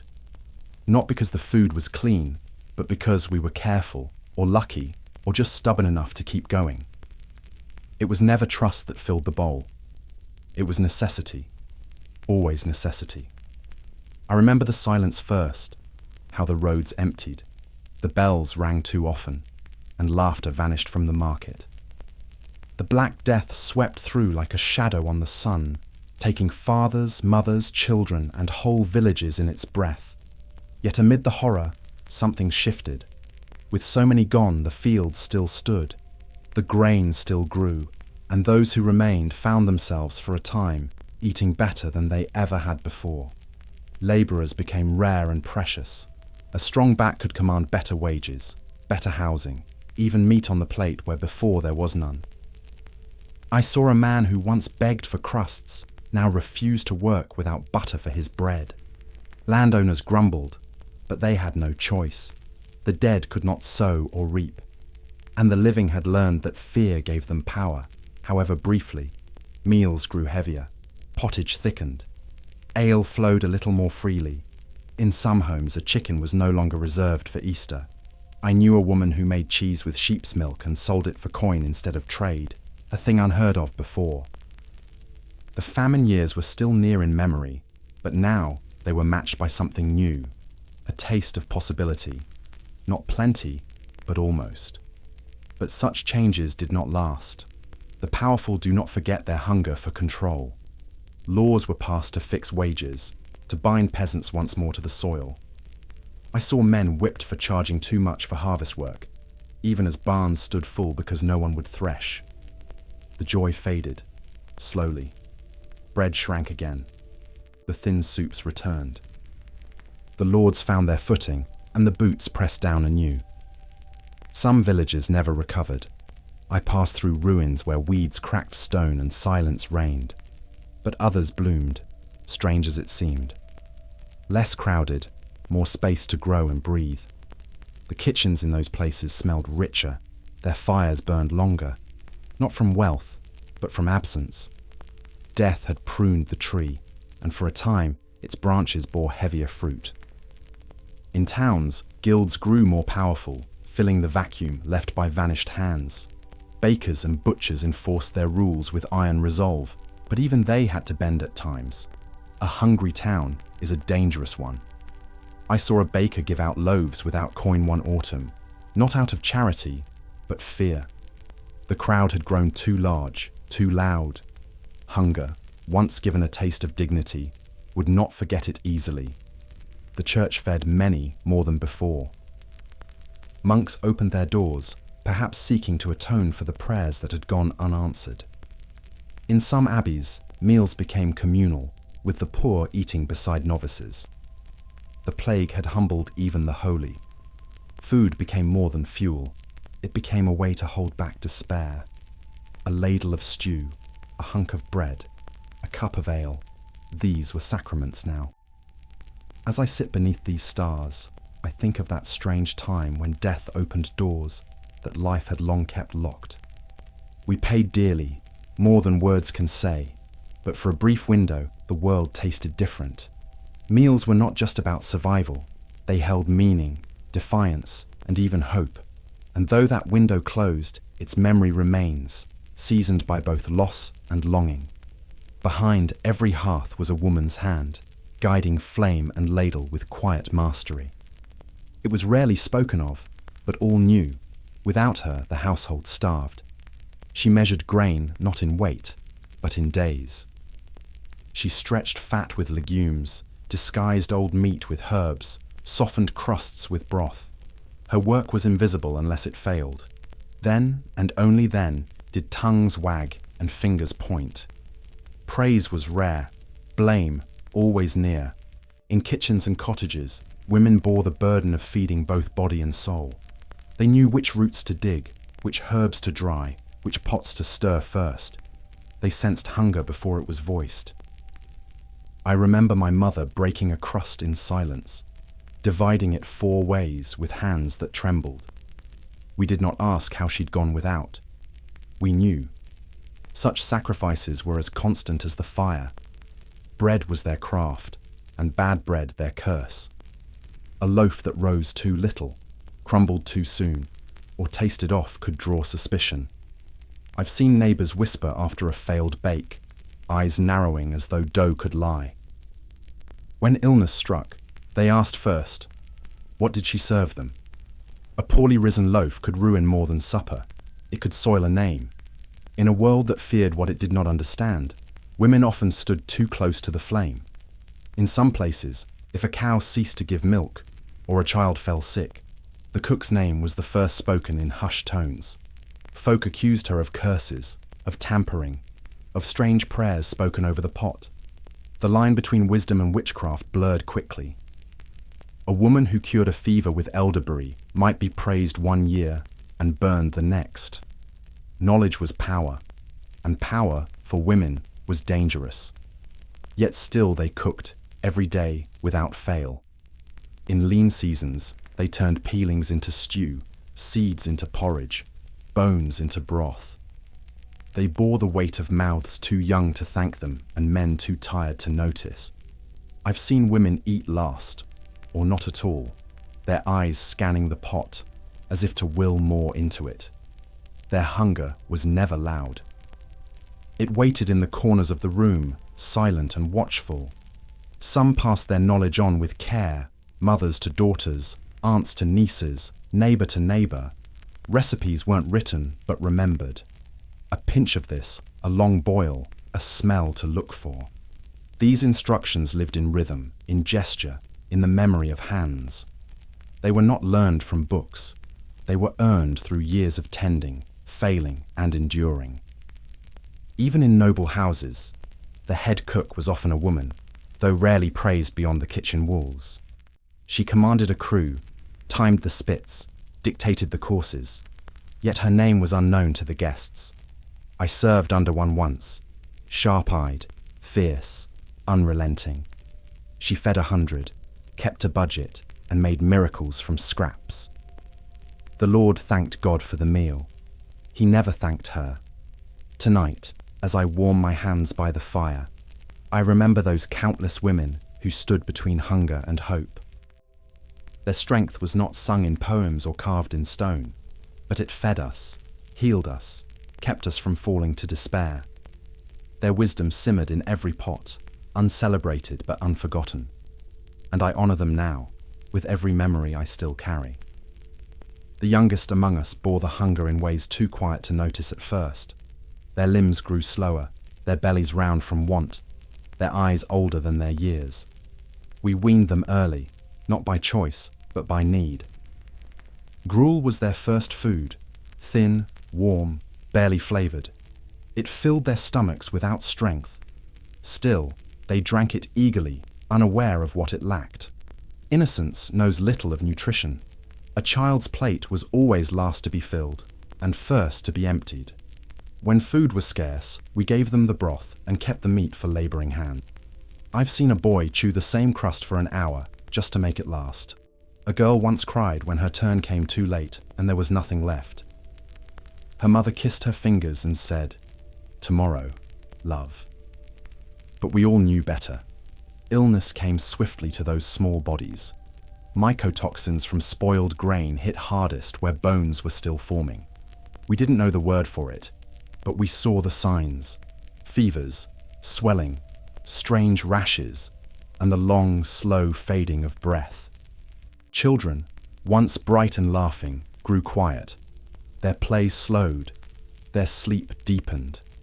Too many did not wake, and we blamed the wind, or fate, or sin. I remember a winter when a neighbour's son grew too tired to stand. He had eaten nothing but boiled nettles for weeks. His mother sang to him by the hearth, her voice breaking between verses. When he passed, they buried him in a blanket, his hands still holding the wooden spoon he used each night. Hunger was not just the absence of food, it was the presence of loss. Despite it all, there was laughter too, quick, fierce, unbothered by struggle. Children still found joy in crumbs, in the sweetness of a stolen apple, in pretending water was soup when the pot was empty. They played with wooden bowls, made games of collecting herbs, helped grind grain with hands too small for the task. They did not yet understand scarcity. That was their gift, and our sorrow. Mothers carried guilt like another child on the hip. Fathers watched their little ones pick at dry bread with helplessness in their eyes. No knight's sword ever cut deeper than that look. I've seen strong men weep beside an empty bowl, ashamed to have nothing more to offer. And still, they rose the next day to work, hoping the soil would answer. Some children survived and grew, carrying the hunger in their very bones. Even when their bellies filled later, they ate as if the food might vanish. I knew a grown man who hoarded crusts beneath his bed, though he lived in comfort. His hands shook when he thought of famine. Memory feeds us long after the meal is done, and it feeds fear as well. Tonight, as I watch sparks rise into the dark, I think of those small faces. Some I knew, some I buried, all I remember. They were born into a world where food was fragile, and love was measured by how much you could share. Their hunger taught us more than any sermon, and their resilience, however brief, remains the truest thing I ever tasted. Beneath the clang of church bells and the scrape of ploughs, other laws ruled the streets. Those of the guilds, bakers, butchers, brewers, each had their banners, their seals, their codes. They regulated who could sell, how much, and for what price. It was said to protect the people, but more often, it protected those already within. I once saw a woman fined for selling loaves too light by an ounce, though they were warm, honest and fresh. The bread was weighed daily. A short loaf meant punishment. The assize of bread fixed prices by grain cost, and guildmen walked with scales, measuring justice crumb by crumb. But in truth, it was politics hidden in flour. Rich bakers bribed inspectors, while small ones bore the lash. A man could lose his livelihood over a bad harvest, not of his making. I knew one who hanged himself after 3 fines in a month. Butchers fared little better. Their stalls were watched for scale, for blood, for meat too old to serve. Still, corners were cut. Offal mixed into sausage, sinew passed as strip, hooves ground for broth. Customers rarely knew. Some didn't want to. Hunger dulled suspicion, and meat was meat. I once bought a pie that turned out to be cat. It filled me. That was enough. Markets were policed not just by guards, but by guild eyes, peering from stalls, wagging tongues, whispered warnings. A man selling fish without a license could be beaten, his goods tossed in the street. Foreigners found it hardest. Shut out from trade, unless they paid dearly. Local pride became protectionism, and competition, when it appeared, was swiftly crushed. At festivals, the rules softened. Vendors flooded in, and food passed freely, if briefly. But once the tents were gone, the guilds returned with ledgers and fines. The illusion of freedom faded fast. I remember one midsummer where roasted goose was sold in secret down alleyways, passed in cloth to avoid detection. The guilds called it theft. We called it sharing. Apprenticeship was the only door in. A boy might spend 7 years turning meat or kneading dough before he could dream of his own stall. Some never made it. Some gave up. Others found ways around, marrying a widow of a dead guildsman, bribing officials, or simply risking punishment. The path was long, but the reward was control. Those who made it held their place with iron grip. The guilds claimed to ensure fairness. But fairness is a word twisted easily by power. They made rules that suited them and broke them when it did too. The people, as always, adjusted. We knew when to trust, when to lie, when to buy after dark. It was not rebellion, it was survival, worn like a second skin. Now, with this fire as my only guild, I think of those busy stalls and the hands weighed down by rules. There was craft in the work, yes, pride too. But behind the skill stood structures built not of stone, but fear. And in the cracks of those walls, we lived, cooked, bought, bartered. And sometimes we even tasted freedom. If only for a mouthful, no two villages ate alike, though the hunger was shared. The land shaped the meal, and every corner of the realm bore its own rhythm. Along the coast, salt ruled the tongue. Fish dried stiff in wind, shellfish cracked by stone, seaweed boiled for broth. Inland, where rivers slowed and woods grew thick, meals leaned on pork, chestnuts, and hardy roots. You could taste the distance between valleys in a single bite of stew. In Cornwall, I once had a pilchard pie so dense with oil it stained the cloth for days. They wrapped it in thick crusts, not for flavour, but for preservation. The miners carried them underground, eating with soot-covered hands. Far north, I was served oat bannocks, flat, dry, and sturdy as the people. They ate with little salt, but with pride. "This feeds men," the cook said, and truly, it did. In the alpine villages across the sea, cheese was the king of the table. Firm raclettes warmed by fire, scraped over boiled potatoes and bread. Their cows grazed on clean mountain grass, and you could taste the difference. I traded a wool cloak once for a wheel of it. It lasted a month. We savoured it each night by candlelight like holy bread.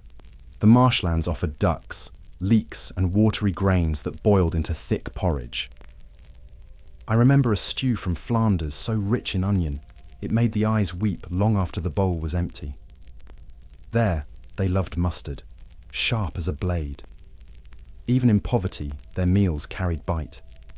Elsewhere, like in the dry borderlands, meals were flatbreads, lentils, and smoke. It was a harder life, and the taste told you so. Pride lived in those kitchens, not vanity, but rootedness. People spoke of their bread, their beer, their cheese, as if it were family. Recipes passed without parchment, guarded like heirlooms. When travellers came, the first offering was food, and the second was warning. Ours is not like theirs. And they were right. Even the same grain told a different story from one field to the next. At fairs, you could walk through nations in a single line of stalls, each cook shouting louder than the last, boasting of spice, of crispness, of fat content. I once watched 2 women argue over the correct way to stew a rabbit, one from the hills, the other from the coast. They never agreed. But the stew was good, from both pots. Trade brought new goods, but also tension. Foreign spices stirred suspicion. Some believed saffron weakened the blood, others claimed garlic was fit only for peasants. But in time, tastes travelled. A spice from the east, a grain from the south, a style from the north, all found their way into the humble pot. not always welcomed, but rarely forgotten.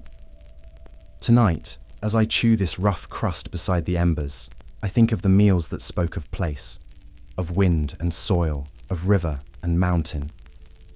They were not better or worse, just true, and in a world full of shifting loyalties and uncertain roads, that truth fed more than the body. It fed identity, and that was worth remembering. Not every dish was made to fill the stomach. Some were stirred with healing in mind.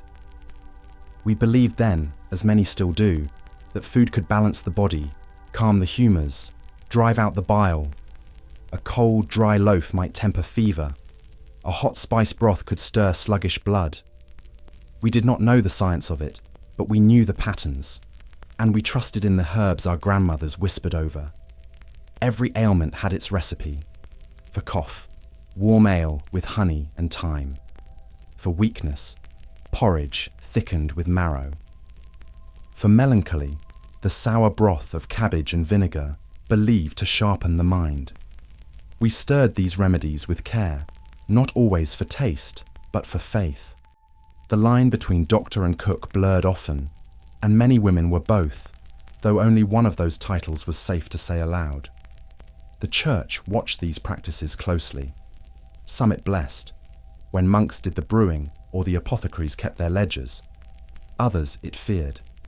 A woman with too much herbal knowledge risked suspicion. I saw one taken away for using mouldy bread on a wound, though it saved the boy's leg. Witchcraft, they said, but those who knew her knew better. She simply listened more closely than others. The seasons guided our cures.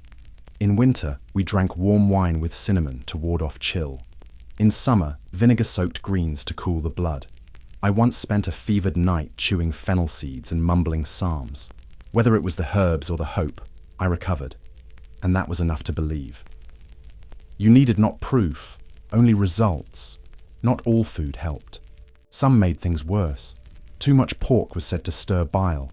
Too many beans could unbalance wind and warmth. Salt, though precious, was feared in excess. It dried the humour of the heart, they claimed. We learned through pain. A child who ate too many green apples would be watched for days. A man who gorged on cheese might be blamed for a storm.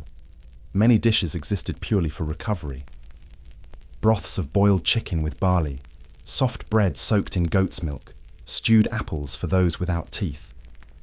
The sick ate differently, slower, gentler meals. I served in a sick house once, ladling thin pottage to the dying. They could barely swallow, but the warmth seemed to ease their passing. Food, then, was not just for strength, but for peace. There were rituals, too. Bread blessed at Michaelmas was kept for protection. Garlic hung over the door to ward off plague. Wine was poured at graves, and salt thrown over shoulders. These acts were not superstition to us. They were stitched into the very act of eating. The body needed care, but so did the spirit, and food, in its own way, offered both. Now, as the smoke curls upward and the night deepens, I reflect on the dishes that healed me, not with flavour, but with faith. We did not separate the meal from the medicine. Each bite carried intention, each bowl an offering to balance what was broken. And though time has changed the names and the doses, I believe still that the hands which feed us often heal us too, even when they do not know it. Once or twice a year, the village came alive in ways that banished memory of famine. Harvest time, midsummer, or saints' days, those were the moments when food became joy, not burden. Fields gave their all, ale ran thick, and meat turned on spits from dawn till dusk. The square filled with music, smoke, and laughter. We danced with full bellies and dirty hands. For a day, we tasted a world without lack. It began with preparation, weeks of it. Women boiled and baked, stuffing pies, curing meat, drying fruit. Children gathered herbs and apples, their laughter echoing through hedgerows. Men slaughtered pigs, tapped barrels, built fires that never died. The smell alone was enough to bring tears, not from sadness, but from some ancient relief. We had made it through another cycle. and the land had answered our labour. No one ate alone. Tables stretched across the fields or down the church lane. Strangers became kin by bread and cup. Even the Lord's men sometimes shared their surplus. I remember one year when the blacksmith roasted a whole ox and gave every child a slice. It was the only time I tasted meat without guilt.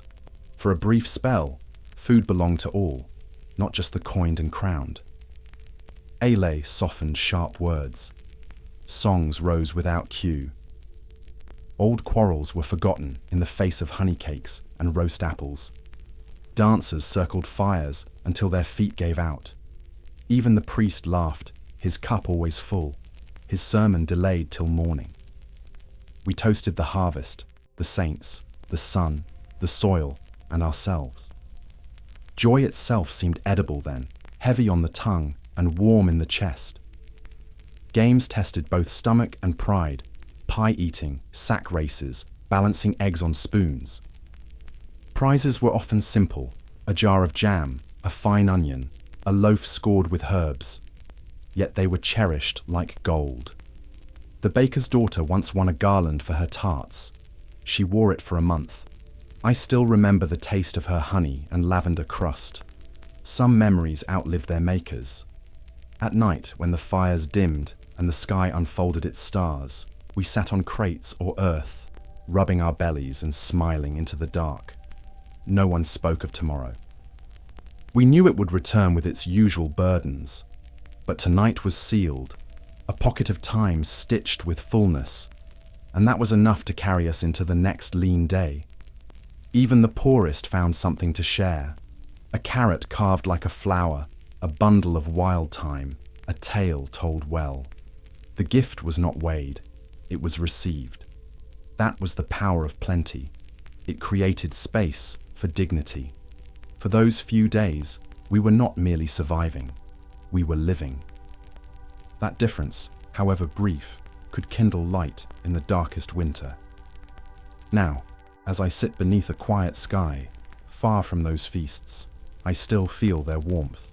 The crackle of shared fires, the sweetness of cider on the tongue, the way hunger disappeared, not because it was solved, but because it was forgotten. Not every meal needs to nourish. Some need only to remind us that we are still here, and once in a while, that we have enough to give. The humblest meals were often the ones that lasted. Born not from abundance, but from scarcity, they endured through generations, whispered from hearth to hearth. I've eaten dishes so simple they seemed like nothing, and yet they filled the bones and warmed the chest like velvet. Oatcakes cooked on stones, soup made from onions and stale bread, crumbs fried in fat with wild herbs. No ceremony, no garnish, just memory and need shaped into food. In the north, oats ruled the table. Flat, dry, and tough, oatcakes were carried by shepherds and soldiers alike. They needed no yeast, no fire beyond a flat stone and a steady hand. I remember one cold March where a single cake kept me standing. We joked it could break teeth, but it never broke faith. Even now, I can taste its grit, its stubborn truth. In the south, onion soup carried the poor through countless winters. The onions, long simmered, gave sweetness no sugar ever could. A crust of bread floated atop, soaked and softened, crowned with the sharpness of aged cheese if one was lucky. I once wept over a bowl of it, not from grief, but from heat and gratitude. That soup held more kindness than many men. Spain gave me migas, a dish of crumbs brought to life with garlic, oil, and whatever scraps remained.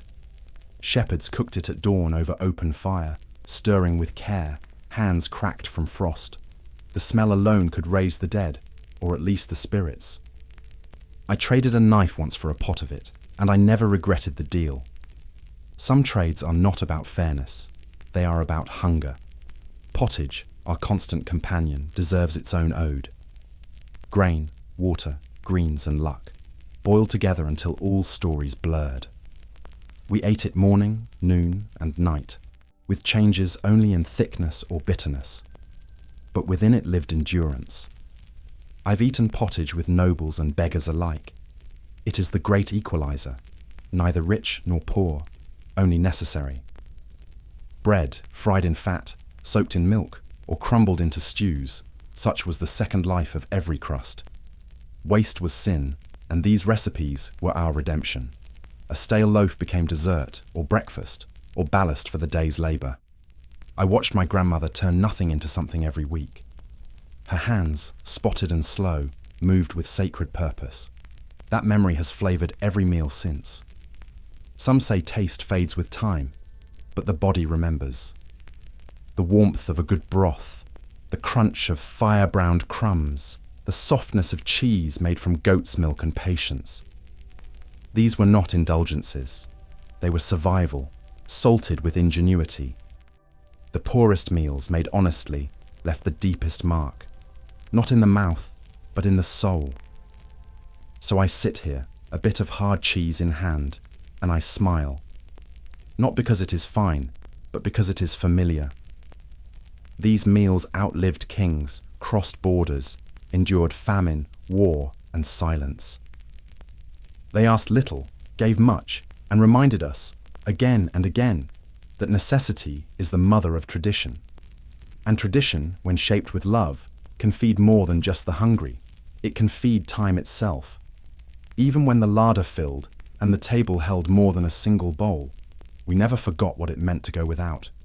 Scarcity etched itself into the bones, into the way we sliced bread thin and saved every rind. I've seen a full pantry make no difference to a mother who still divided meals by memory of lean years. We carried the hunger with us, not in our hands, but in our habits. Nothing was ever wasted. Bones were boiled twice, then fed to dogs. Bread crusts dried and grated for thickening soups. Leftover fat was stored in pots, used for frying or smeared on stale loaves. Even the water from boiled vegetables found its way back to the table, sometimes as broth, sometimes as tea. These were not acts of thrift. They were acts of survival pretending to be routine. Pickling became religion. Every cabbage, onion, and bean not eaten fresh was submerged in brine, vinegar, or its own sour juices. Barrels lined cellar walls, and their scent was sharp as warning. We salted, dried, smoked, and fermented, not because it was fashionable, but because we'd known the silence of empty shelves. Preservation wasn't a method. It was a form of protection. The old feared plenty more than they feared famine. I once heard a man scold his grandson for throwing away an apple core. "You'll regret that in the next bad season," he said. The child laughed. The man did not. I understood him. When you've watched mouths go dry while fruit rotted in a lord's orchard, you learn reverence for even a bruised pear. Seasoning was not for pleasure. It was to make little stretch further, to mask what might have turned, to brighten the grey of repetition. Mustard, vinegar, wild herbs, all carried not just flavour but reassurance.